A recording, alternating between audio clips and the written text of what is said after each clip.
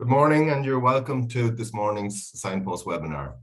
The Signpost webinars are brought to you in association with National Rural Network, Food Drink Ireland, SkillNet, and Dairy Sustainability Ireland. This morning, I'm joined by Noel Meehan, who will take the questions, and by David Meredith and Francis Bly from Teagasc. And it's quite a serious topic for this April Fool's Day, looking at health and safety on Irish farms, looking at the research and some of the advice and statistics around health and safety. Francis, you're very welcome. Hi, Pat. Hi, Noel. Good morning. Good morning. Everybody. Good morning, David. A serious and persistent topic where a lot of work has gone on over in the last number of years to try and reduce the level of accidents and deaths on Irish farms with mixed levels of success, I suppose you could say. Yes, definitely mixed levels of success, but working hard in the right direction to try and. Last year was one of our best years in relation to reducing numbers, and it's something that we need to kind of, continue to work on. We had 10 fatalities, 10 families lost a loved one, and obviously each one of those was one too many. But it's a lower number than previous years, So it was 20 the year previous to that. So definitely we're making progress, and we need to make sure that that progress is maintained and improved on in the future. And in doing that, it's really important that we understand, I suppose, the causes and begin to learn the factors that are going to have an impact in reducing that. And I think that, David, that's where research in this area is so important. I mean, that's it, that for a long time, people were kind of pointing and saying, oh, the problem is, and they focus on one particular issue. And what we'll see today is that, it's the wider context is really important in terms of understanding what are the pressures that are shaping the way farmers approach their work and how they do their work. And there's a whole social and cultural background to that as well that we need to understand if we're going to be effective in terms of designing practical initiatives that farmers can adopt themselves and adapt to their particular farm or their particular situation. Okay, well, we're delighted to have the two of you, two presentations coming up. So without further ado, I'll ask David to share his screen and begin his presentation, if that's okay. Okay, thanks for that, Pat. Okay, so thank you very much, everyone. I'm really delighted to join you today, and I'm going to provide a brief overview of the issue of social sustainability of farmers, but particularly focusing on health, safety, and well-being. And in terms of understanding Teagasc's role in this space, for those of you who wouldn't be familiar with the Teagasc Together strategy, within that there is a real focus on farm safety. And improving the well-being of farmers as a means of delivering on our commitment to improving the social sustainability of farming in Ireland. And that's reflected in Strategic Goal 1. It has a number of sub-goals, one of which is securing farmer health, safety and well-being. And this is actually a departure on where we've come from in the past, where for a long time people talked about sustainability of farming, and that generally got translated into concerns around the environment, water quality, gases emissions, and so on, and biodiversity and other issues coming in there from an environmental sustainability point of view. And then there is that overarching concern with the economic viability of farming, so really the sustainability of food production. And when sustainability of farms was talked about, it was very much in the context of generation renewal. It was the idea that we have an older cohort of people and the need to bring in a new generation of farmers. In this iteration of the Teagasc strategy, we've shifted away from that and begun to focus on the sustainability of the farmer, not just the farm. And this is a really important departure because it brings the issue of the challenges around health and safety and well-being to the fore in terms of how do we make farming an occupation that is attractive, that people will want to come into, and that is not detrimental to their health or their safety or their well-being into the future. So Teagasc works in partnership with a range of people on this in this area, and our approach is to, and this is what you're seeing here today, our approach is to combine research with advisory in terms of working together to develop practical initiatives that farmers can adopt. But before we get into that, it's worth looking at what are the key challenges in relation to this issue of health, safety, and well-being. And there are many. And the graphic that you're seeing here is some work that I did late last year and this year, where I was talking to farmers about this really broad area and saying, well, you know, what are the issues? And when I began to kind of assess what they were saying, is that farmers spoke about what they hear from other people, what they hear other people want from them. They then talked about how they feel about that. And we brought the conversation around to what farmers think about safety and then what they want.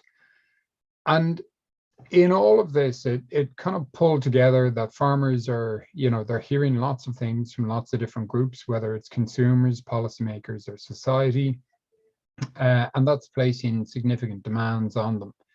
But that's translated into feelings that are very personal to them. So some of them are worried about the future. Some of them are reflecting a perspective that everyone wants so much from them. And that type of comment comes from a background of people talking about, in the past, people wanted food. That's what policymakers wanted. That's what society wanted. And now it's people want sustainable food. Policymakers want high levels of animal welfare. So there's a lot more demands coming in on farmers in relation to how they go about their business. When we got into farm safety, we saw a lot of kind of shrugging the shoulders and going, well, sure, isn't farming dangerous? So that acceptance of the way things are. But when we got into what farmers wanted, it came down to practical solutions. It came down to the idea of people working in partnership together to develop those solutions, and that includes the regulators and policymakers.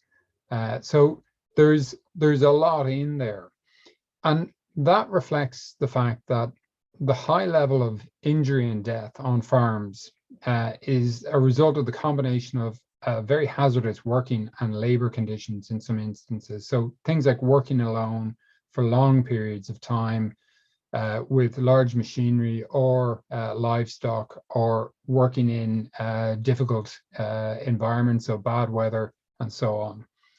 There's also a poor understanding of safety cultural determinants amongst key people. And here I'm talking to policymakers and regulators. And there's an absence of well-informed actions. So these are actions that farmers can adopt, okay? So we need to be co-designing with advisors and farmers measures to improve health, safety, and risk management. But the health and safety challenge on farms is compounded by, you know, the physically and mentally demanding nature of everyday tasks. And it's also the fact that they are everyday tasks, that everyday farmers are engaging with the task, whether it's coupling a trailer onto a tractor, it becomes routine, and frequently the risk, you know, becomes invisible. It's just something that you do every day. And sure, nothing happened yesterday and nothing's going to happen today until one day it does happen. There's that interaction with uncertain working environments and conditions that I talked about. And overlaying these structural aspects are challenges associated with the culture of risk-taking on farms. And we have to view it as that. There is a culture of risk-taking on farms. So conventional approaches to occupational health and safety that have been applied in other industries, and these mainly focus on education and awareness raising or regulation and enforcement, are fairly limited in scope, as most farmers are self-employed. So in a European context, that means that a lot of legislation around workplaces doesn't apply to them. Now, Francis will talk a little bit later about what legislation applies in Ireland. But even when this legislation does apply, or when there are measures that do apply, the number and the distribution of farms and farmers across a wide geographic area limits the effectiveness of these approaches. In other words, regulators can't be everywhere at the same time. So research evaluating these types of approaches has come under scrutiny internationally, and it's concluded that sustained improvements in safety cannot be achieved through training, engineering, or enforcement alone, as risk-taking is fundamentally conditioned by a set of factors, including behaviors and practices of the individual, which are in turn influenced by how they are inducted into work. And that induction process starts probably at the age of 5 in the case of farming. And this brings me to the point with regard to culture. And work by Sally Shortall and others has argued that understanding farm accidents requires analysis of how families are socialized to interact with the farming space, and in particular, to understand that within farm families, there is a socialization and normalization of danger. And that means that for many, accidents are to be expected, that they happen. And it highlights the need not to consider just the source of dangers or risks. So the idea that, a PTO shaft might be dangerous, or a recently calved cow might be dangerous, but to think broader than that. So in order to improve health, safety, and well-being, and overall quality of life of farmers, the importance of this context has to be reflected in the design of interventions. And that's what we've been doing in Teagasc for some time now. And the approach taken is at the center of all of this is the concept of One Health. And it's the idea that the total health of the individual is important to how they can go about their daily job. And the healthier somebody is overall, the safer they will be as well. So it's a very holistic approach to thinking about health and safety. So we're not focused just on machinery or animals. We're also focused on the overall health of the farmer.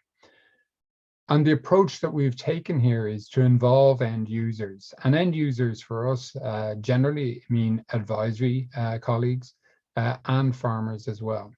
And the importance of the advisory side is very obvious in terms of they are the key intermediary with farmers who can talk about some of these issues around health and safety.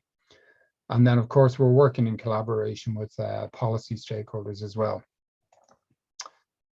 And this is my final slide, and this presents a very brief overview of the research program that we've got in place at this point in time.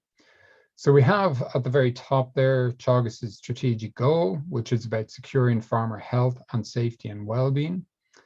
And then that's broken down into those 3 component parts of safety, health, and well-being in the thematic areas. And then the bottom line there with the variety of boxes, that points to the individual projects that we have, and the Safe Dairy one has recently completed, and all the others are ongoing at this time. And the first thing to say about this is that obviously it's fairly comprehensive. There's a lot going on here. The other thing to do is to put this in context.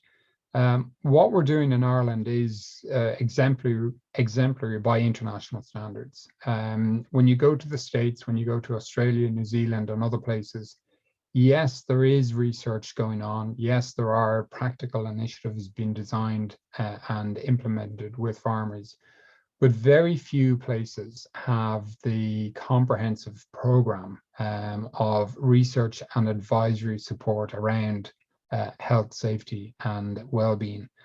and relatively few have the partnerships that we have working with policymakers and regulators as well. So we are at the forefront of work in this area. And as you can see here, much of this work is ongoing.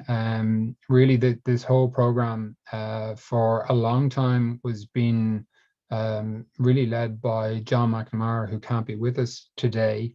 And then I became involved about 10 years ago, and we began ramping up the amount of work that we were doing across a whole range of areas.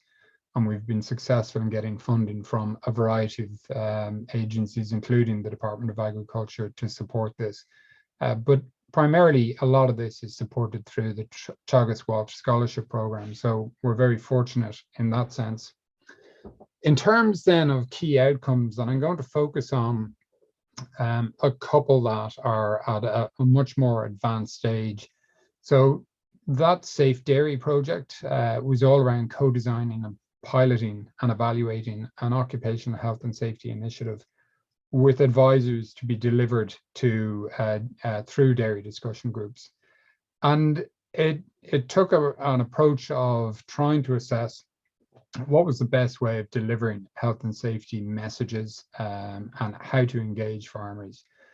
And what we found is that the little and often approach, so it isn't the case that we say, right, the whole discussion group is sitting down for 2 hours now and all we're going to talk about is health and safety. That approach is good at raising awareness and getting people to intend to do something, but we find that they don't actually do it. The little and often approach is where it's broken down into 5-minute slots or 10-minute slots, and that encourages farmers to actually adopt changes, and it has been successful in doing so. The Farmers Have Hearts cardiovascular health program worked with trying to identify ways of helping farmers to adopt healthier lifestyles. And this is really important because 74% of farmers in Ireland have 4 or more risk factors for cardiovascular disease. And that places them at very high risk of having an adverse outcome. In other words, heart attack or stroke. So that work is about to be published next week. It'll be launched by a number of ministers and it's proven to be very successful. So you'll hear more about that next week. And then finally, I was doing some work with colleagues in UCC and the Teagasc National Farm Survey. And we were looking at the development of social sustainability indicators that could be incorporated into the National Farm Survey. And that work found that as farmers get older, they're more likely to experience stress, but at a declining rate. So the experience of stress is much more acute, but the number of farmers experiencing it declines. So that's that particular finding. And it highlights the challenge that we face in terms of dealing with this issue around well-being, that the same set of stressors can result in very different outcomes for individuals. And that's where the On Firm Ground training program for advisors comes in terms of trying to provide some basic knowledge so that advisors, if they do think that a client might be experiencing particular issues, or if a client says something, that at the very least, the advisor is in a position to respond and signpost that individual to the services that they might need. So that gives a very broad overview of what we're doing. And I'm going to hand over to Francis now, and he can take it from there in terms of talking about some of the direct initiatives that are being implemented with farmers and through the advisory service. Okay, thank you, David. Very insightful. A lot of work going on behind the scenes in I suppose, trying to better our understanding and better our approaches to health and safety. I'll just remind you that the question, if you have questions for David or Francis, if you could put them into the Q&A. Thanks. Francis, if you want to take away the screen there. Okay, thanks, Pat. Okay, can you see that, Pat? That's brilliant. Hello, everybody again. My name is Francis Bly, and I work in the health and safety section of Teagasc, supporting the work of David and my manager John McNamara, who can't be here today. So as David said, a very large amount of research, very large amount of work being done, trying to kind of drill down into what will work to try and make farms safer and help farmers become safer, and help farming, I suppose, be sustainable into the future from the farmer's perspective, which is what David, mentioned a large amount of times in relation to. We look a lot about, I suppose, the environment and the sustainability of the environment, but from the farmer's perspective, there needs to be a focus there on him or her in how they farm, and that they can farm sustainably, into I suppose hopefully into older age, but that they can retire in good health and in good mental state, that they can enjoy themselves and pass on the farm to the next generation. For some farmers, I suppose health and safety has a big impact for them, and we look sometimes at the consequences of injury and ill health. And one of the big, I suppose, issues is the fatality rates. The tragedy of a farm accident or injury that happens, a fatality that happens on the farm, and the consequences it has for the farmer and for the farm family and the wider community. The pain and suffering that farmer can experience if they're lucky enough to survive the accident can be, severe and long lasting. And have a large amount of effect on them as a person, and all the supports around them then from the family that they have to provide for that farmer. And managing a farm after a farm accident can be very difficult, and takes a lot of effort from the farm family. And Embrace Farm is a voluntary organisation that provides supports to farmers that have farm accidents, which is very much needed. The loss of independence, sometimes farmers can't do what they were able to do before, and need to get a lot of support, on the farm to maintain it. And sometimes the farm has to change, the farming system has to change to allow that farm to continue in a different way, with the farmer, inputting in whatever way that they can. So consequences from a farm injury can be devastating. Where are farm accidents happening?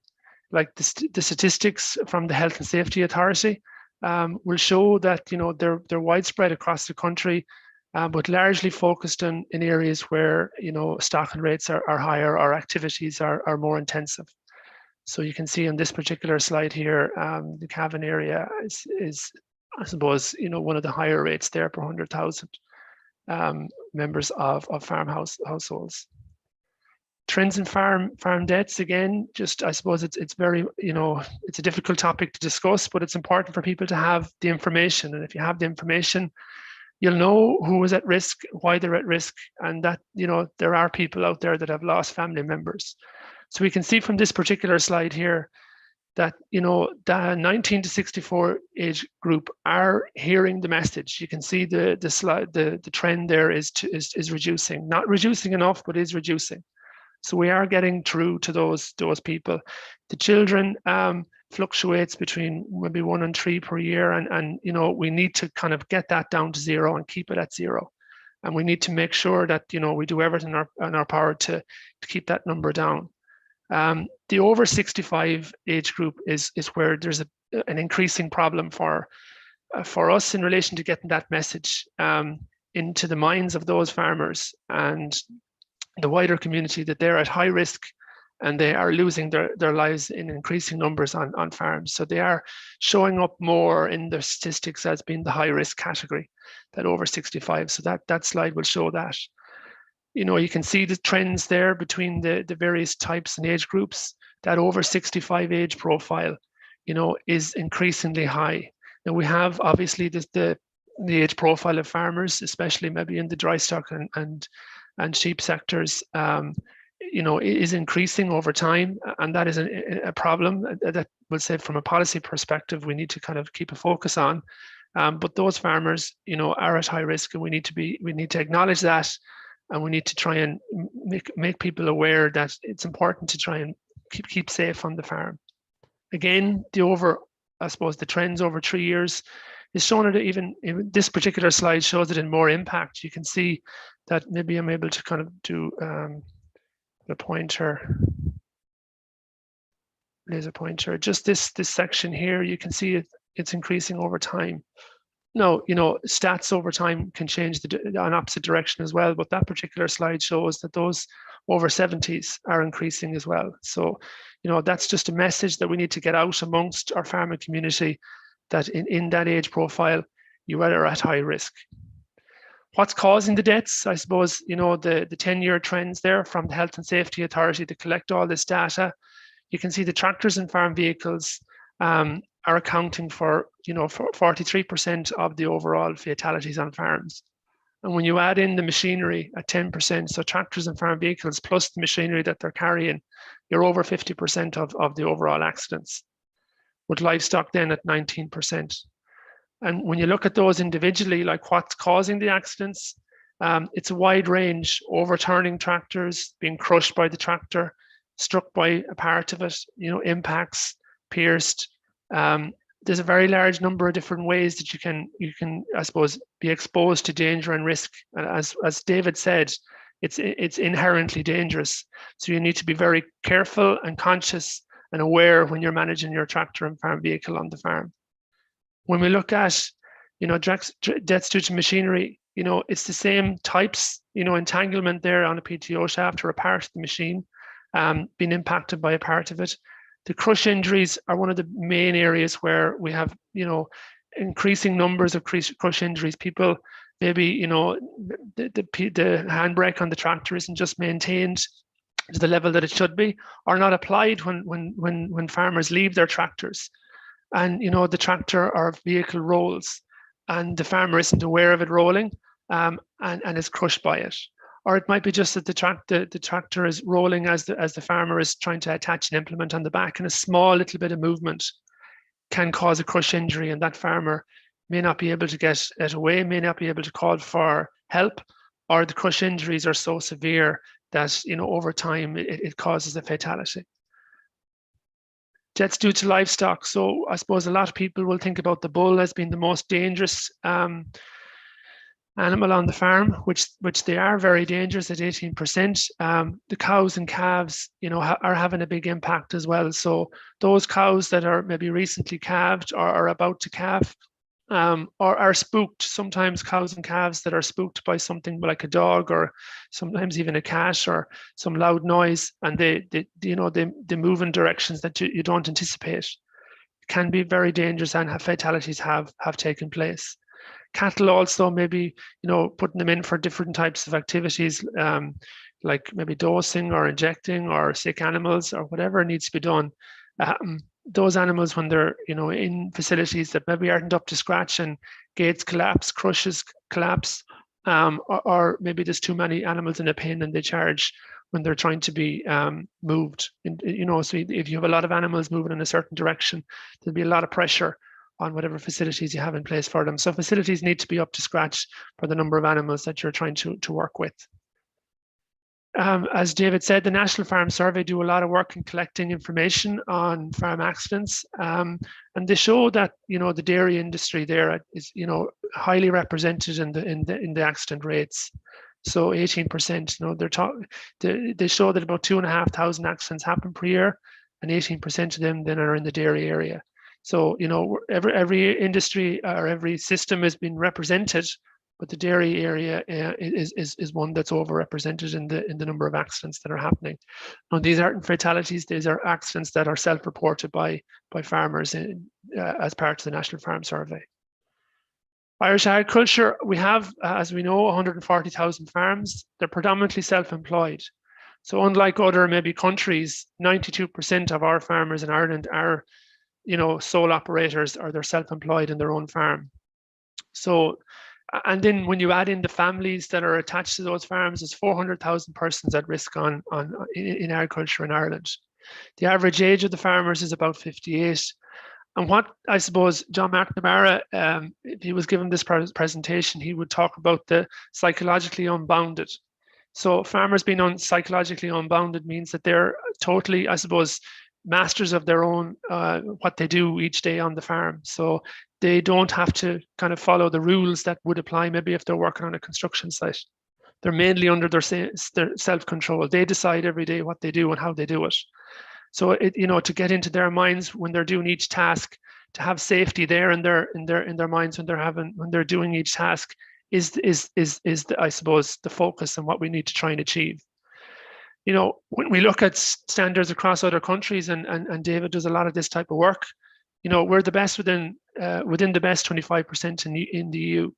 When we compare ourselves with other sectors, though, there is a bigger problem, and the HSA data show that nationally all workers, there's 1.5 deaths for every 100,000. In construction, it's 6 deaths for every 100,000. In agriculture, it's 18 deaths. So from an agriculture perspective, 18 deaths for every 100,000 persons is way out of sync with other industries. So agriculture has the highest rate of fatal injury for any major economic sector, and 7 times more likely to be killed at work and farming. So, like, if you take nothing away from today other than this particular, I suppose, statistic, it means that you know, and you obviously already know, that agriculture is very dangerous. But 7 times more likely to be killed at work and farming is a very high number, and it's something we need to work on. As David mentioned, the legislation that applies, the Safety, Health and Welfare at Work legislation 2005 is what we kind of work towards and under, which encompasses everybody at work in Ireland. So not just farmers, everybody at work falls under this legislation. What does that mean for agriculture?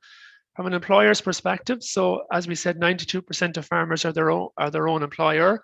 So even though they're their own employer, they still fit under the legislation, and they have a duty to manage the farm in a safe way, to manage their own safety and manage the farm in a safe way. If they have employees or people coming in doing work, they must comply and cooperate with the employer. So the employer must have good standards of safety on the farm and procedures. An employee must comply and cooperate with those. When contractors are used, they must also cooperate with the farmer. The farmer is the overall manager of the farm, so contractors must carry out the work in a safe way, and if farmers, by I suppose direction of the farmers, and if farmers see things that aren't safe, they should call them out and ask contractors to do it in a safe way, or to slow down, or whatever the issue is. The farmer is responsible for making sure contractors are safe on their farms. Designers, manufacturers, and suppliers of materials all fit under this legislation. So when machines or different facilities are being designed, manufactured, and supplied, they need to be supplied in a safe manner, and that they're safe to use. There's a requirement on farmers to prepare a risk assessment. So that means all the risks and hazards on the farm are identified and controls are put in place. The Health and Safety Authority have regulations and code of practice and guidance and support documents available to help farmers to comply with this legislation. And Teagasc and private consultants provide half-day safety courses for farmers to, I suppose, build this into practical messages and how this can be done practically on the farm. So there's a legal requirement under the Act to do everything so far as is reasonably practicable. That means to do everything that you can do that's practicable to make the farm safe. It requires a risk assessment for 3 or less employees, or if there's more than 3 employees on the farm, then a safety statement is required. Employer has a primary duty to provide a safe place and system of work. So that's in the legislation, and farmers are duty bound to do that. What David mentioned earlier, and give a long list of, I suppose, the challenges that farmers face. And this is a picture that a lot of advisors would kind of use to have conversations with farmers about the issues that are on the farm. And you could sit down with a group of farmers and you could spend a half a day just going through each of those different sections. It might look childish really to look at it, but it does have a lot of the issues that we face in farming. And it does allow us, those conversations to happen about certain things that are dangerous on farms. What action is needed? So what we try to do is have conversations with farmers and through advisors on the ground, and through messages, and through, I suppose, social media posts and videos. We try to get action on the ground. What can be done practically? So, children, in this particular situation, what needs to be done? That particular child isn't in a safe location. that child should not be, standing there. The child should be safe, in a safe area, safe play area. And if they're over 7, they can be in the tractor and in the tractor cab, as long as there's a seat in place for them. So, there's kind of ways of looking at farms, and if the farm isn't being managed safely, then accidents will occur. It's only a matter of time. As I said, the risk assessment documents as a guide for the various standards that are in place. So the HSA, or the Health and Safety Authority, produced this document. It has a large number of different sections and information for farmers to help them identify the risks and identify ways of making their farm safer and of doing tasks in a safe way. As I said, we have courses available for farmers that can participate in them to help them fill that document. We try to build, I suppose, a team approach, encourage farmers to think about safety and health during every task. So, when we're talking about, the sustainability of, getting slurry out at the right times of the year, we also talk about how that slurry is going to be applied, the machinery that's going to be used to apply it, making sure that at this particular time, when you go in to agitate your slurry, that you take out all the animals, that the doors are open, that it's done on a windy day, that you don't go into the shed for the first 40 minutes or more in the case of larger tanks, that there's a safe procedure there in place, and that when that machinery has been used, that it's well maintained and it's been worked by or operated by competent operators. So there's a sustainability message built in from a health and safety perspective, as well as an environment perspective. Vehicle knockdowns and faulty procedures. Tractors are becoming larger. The visibility is maybe not as good as it used to be on the smaller machines. They're traveling faster. They're carrying more weight. So vehicle knockdowns are becoming an increasing problem on farms. Cow attacks are becoming an increasing problem on farms, as well as breeding, I suppose, policies. We need to kind of work towards breeding more docility into our herds. So that's a management decision over time, to try not to keep those animals that are visibly and in practice not easy to control on the farm, to make sure that they're moving out of the farm, and that the ones that are being bred are ones that are easier to manage. Calving facilities that, when there is money available, and I know with, I suppose, current situations, the price of steel is increasing dramatically and quickly. It's hard to fund these type of this type of equipment, but there should be money put aside every year to try and improve facilities on the farm, and try to do small things that can make a difference each year. As David said, the small little bits that you can do regularly will all add together to be a big change over time. Silage pit size over the next few weeks, we'll have, hopefully when the grass starts to grow, it hasn't been growing much so far, but when silage starts to be brought in, silage pit sizes, contractors having to go higher with silage pits, trying to put facilities in place that make the farm as safe as it can be. Machinery, it's not just PTO shafts. So when you think about, machinery, not just the PTO shaft getting entangled on it. Obviously, you need to have a good cover, chains in place, the U-guard in place, the O-guard in place on the machine to make sure that there's no place where you can get entangled on the rotating PTO shaft. But there's other areas that you will get, crushed or other injuries associated with these machines. So not just thinking that when you have the PTO shaft cover on that everything is safe. Driving this machine, operating this machine, you're carrying weight, you're carrying a lot of content.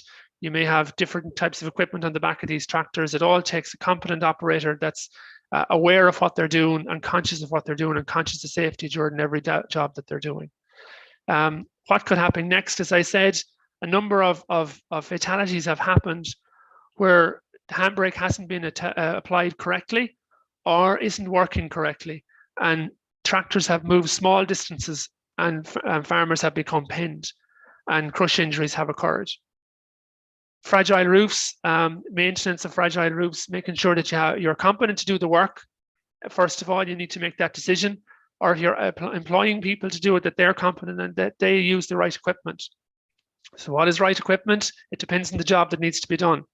and it can scale from very small equipment right up to large equipment, depending on the work that needs to be done. But not to do work with equipment that isn't appropriate for the task, or that you don't have competence to do. As David mentioned, large numbers of different research projects in place to come up with messages that we can use that will help farmers think about their own safety and their own health. So circulatory disease, the standard mortality rate that Dr. Breda Smith et al. Found was a circulatory disease. Farmers are 5 times higher likelihood of having an issue. Cancer 3 times higher, injuries 7 times higher than white collar workers. So that's another message to kind of have in the back of your minds when you're farming or when you're talking to farmers. Stress at the moment is a big issue, obviously with increasing input prices and the issues with trying to source different types of inputs. It can be a challenging time, and it's important to talk. It's a very good lifestyle to have, but the research has found that rural dwellers have twice the stress as urban dwellers. It can arise for a lot of different reasons, and it's important to kind of take action when you do feel that you are under stress or pressure. So talking to your ag advisor and your consultant about farming problems, or if you have any kind of, if you do feel under pressure, talk to them, and they may be able to help you identify things that you can do to manage the problem, and they may be able to signpost you towards other services that are able to help you. As David said earlier, the On Firm Ground program is a training course for advisors to help them with this type of process, to, I suppose, engage with farmers, to listen, to kind of help them identify where they're at, and then to signpost them to support services if required. And obviously the GP is the first port of call where there's an issue that's acute and needs to be dealt with really, really quickly. So to keep that in the back of your mind. Again, we're lucky enough to be getting a lot of sun at the moment. So being SunSmart is important, to slap on the clothing, cover the skin, put on your sunscreen, put on a hat, seek shade, and put on your sunglasses. So that's the SunSmart message. And it's important to think about it. When you're going out on a wet morning, you're thinking about putting on your hat and your jacket. When you're going out on a sunny morning, you need to be thinking about covering your skin and putting on your sunscreen and having your eye protection. Because over time, we have issues with cancers as Dr. Breda Smith has found, and we need to kind of do things that we can practically do to manage those issues. Schemes that the Department of Agriculture, Food and Marine have in place to help farmers fund equipment from a safety perspective are under the TAM scheme and under the accelerated capital allowances for farm safety equipment. So what I'd say is I'd encourage you to talk to your advisor or your consultant about different types of jobs that you'd like to do, and to see if there's any grant aid or funding available to help meet some of the costs associated with that type of work. So how do you plan to manage health and safety? So it's taking ongoing practical action is the main message that we'd like to get across today. So, ongoing practical action, each task has been done, are you doing it safely? So that's the end of my presentation, Pat. I'll just stop sharing here. Thanks very much. Very, very, very comprehensive. And just to remind people, if you have questions and answers for either of the two lads, if you put them into the Q&A section. I suppose a few things. You mentioned there towards the end of your presentation some initiatives that are there from the Department of Agriculture, and I suppose particularly in the last few years, I think the department have been trying to deal with health and safety across a lot of different initiatives. Is there enough being done, and are there other areas or other initiatives that we should be looking at from a policy perspective? Well, I think there's definitely if that's I suppose directed from myself, Pat. I might answer it first, and David might follow on from that. From my perspective, I do feel that the Department of Agriculture are focusing more and more on kind of building it into the various different schemes that are there or are coming out in the future. It is part of, the TAMS. There's an increasing number of pieces of equipment there that are being funded to try and, I suppose, so that we can see more of them on farms, that farmers are more, I suppose, eager to put them in place and are encouraged to put them in place. And also various schemes that are being brought out. I know in the I suppose the next version of the beef data genomics scheme, there is going to be a training course there on safety for farmers with livestock. So that's a new development, and it's something that is very much welcome, and it'll kind of bring that message in and make it practical, make it kind of, when you are working with livestock, when you are out weighing your animals, what is the best and recommended practice to do that? So it's to build it into, as David said earlier, the small messages, to build it in over a large number of different schemes is very practical and definitely impactful. And the capital investment for farm safety equipment is a new scheme that came out the year before last, and it's really kind of, I suppose, moving forward this year in relation to farmers kind of thinking about uptake of it. And that means that you can write off certain equipment over a 2-year period from your capital allowances. So things like big bag lifters for fertilizer, quick attach mechanisms for putting on machines, they're all part of that particular scheme. And I would encourage anyone that's interested to talk to their advisors to go through those schemes to see is there any funding available to help them, I suppose, get some of that equipment out on farms and make their farms a little bit safer.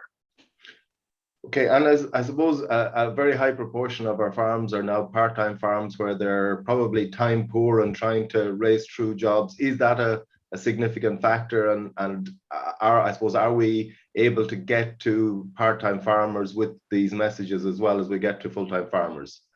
Well, by definition, the part-time farmer is, I suppose, time poor. So they are sometimes more likely to put that equipment in place. Okay. So that means that they know that they have to do a lot of work at weekends, or they know they have to do a lot of work in the mornings or in the evenings. They have the off-farm work. Sometimes some of that money is channeled in to help them manage their farm and manage how they manage their farm. So facilities like, better sheds, better penning, cattle handling facilities, maybe better equipment in relation to, larger tractors, larger plows, larger machines if they're working in a tillage area. It depends on the system and it depends on what they're doing on their farms. But there isn't anything to say that the part-time farmer is less or more that I'm aware of. It depends on various years and various statistics. But there is evidence that the part-time farmer will spend more money on trying to make their farm more efficient, so that they can manage it in a way that means that they're spending less time there. I'll just follow up on that one. So Francis is right around, the part-time farmer can be better set up, better facilities and so on.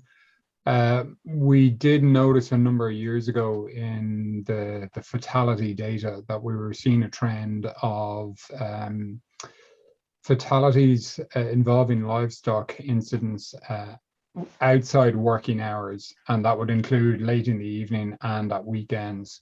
So conventional working hours, not necessarily normal working hours for anyone from a farm background. And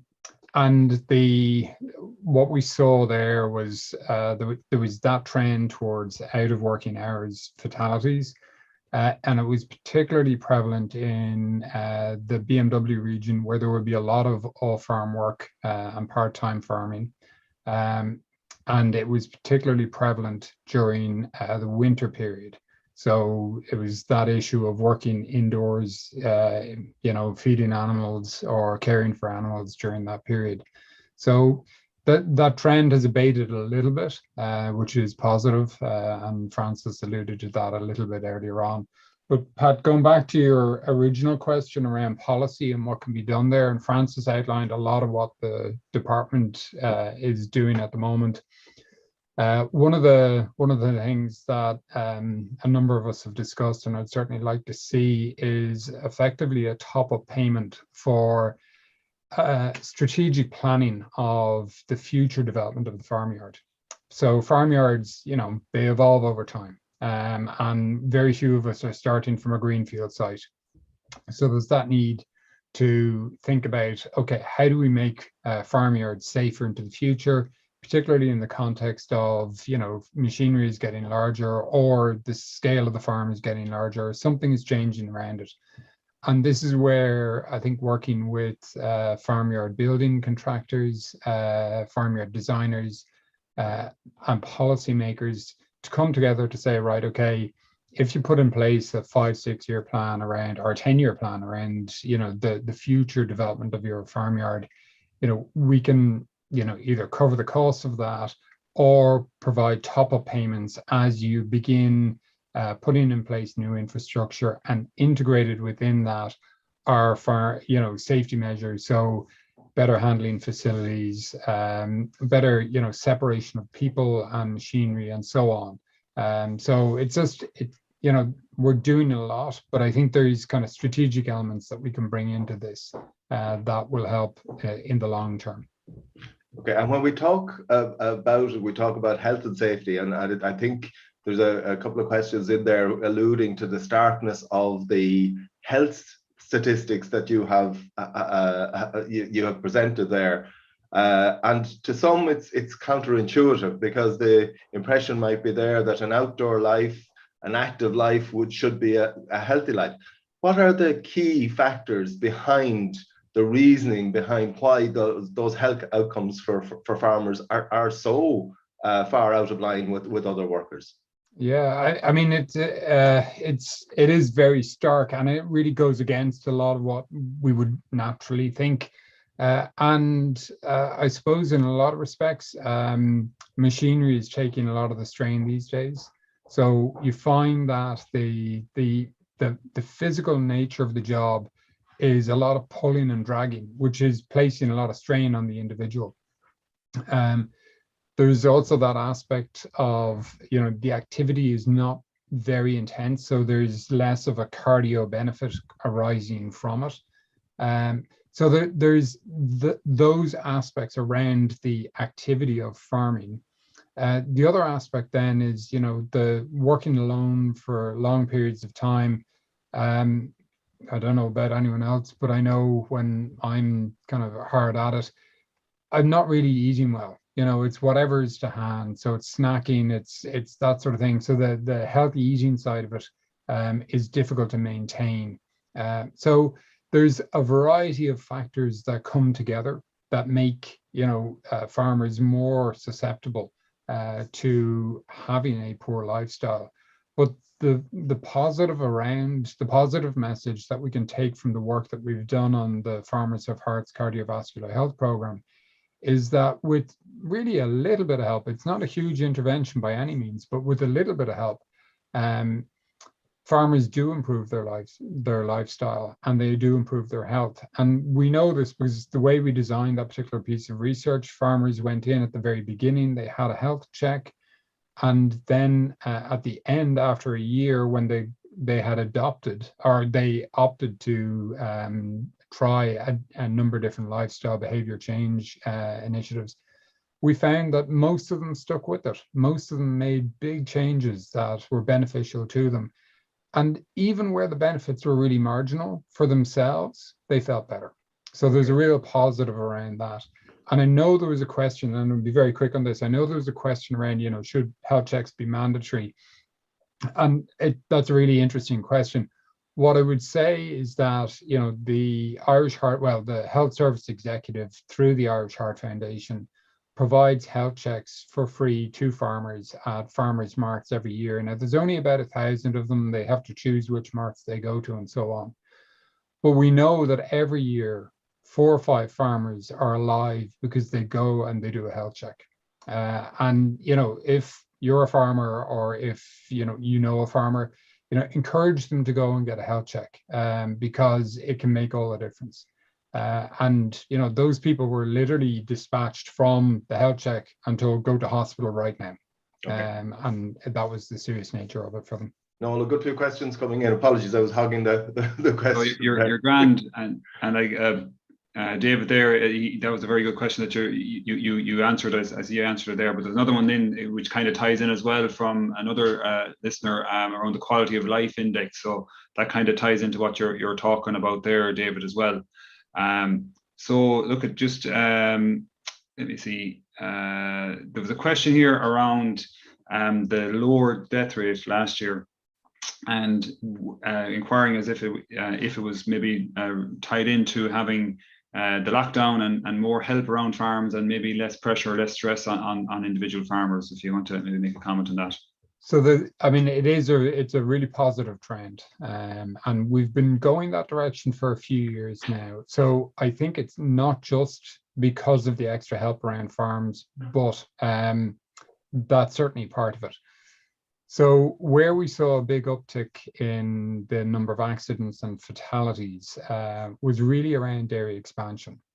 So we had that huge increase in the dairy herd, and that generally happened on existing dairy farms. So you had much greater intensity of work. And somebody mentioned around the quality of life there, thinking about working hours and the time off, and that is a really important element of farmers being able to sustain the work that they do, just being able to take a break sometimes.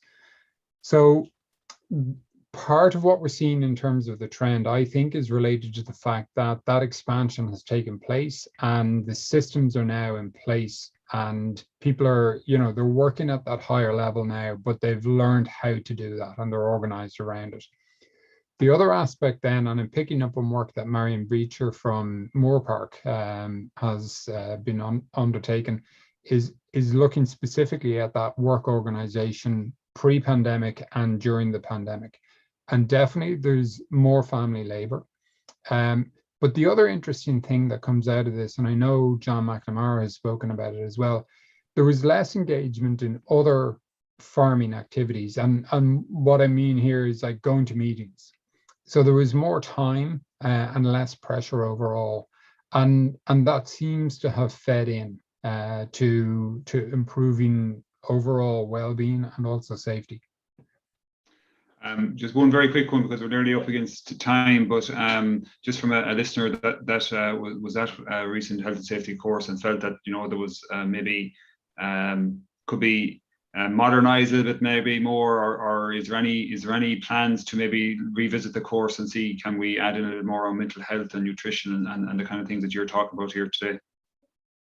Yeah, I might take that, David. Well, the Engage program is a Department of Agriculture funded and the HSE funded initiative, and it's a training course for advisors in this particular area, to really provide advisors and consultants with knowledge and an ability, I suppose, to have conversations around stress and mental health and physical health with farmers. And that will help them then have better conversations during training courses for farmers. So when they're doing their half-day safety course and delivering it, they can have more engaging conversations with farmers on this particular topic. So that training course is the Engage program is ongoing at the moment.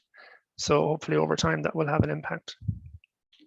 Okay, Pat, maybe I give it back to you. Yeah, and thanks very much. And I suppose the figures we quote, you talk about, I suppose, 20 to 30, maybe, and sometimes a little bit higher deaths each year, but those numbers build up over a time. And on a personal basis, I have 6 friends who have lost a parent in a farm accident. And sometimes when I'm thinking about that topic, it strikes me that those numbers really do build up over a period, and there's a lot of families out there where there have been tragedies, and some of which, if they were avoidable, it would be a huge service to everybody if we could manage to avoid those. So listen, thank you very much for your contributions, both Francis and David. Keep up the really good and the really important work.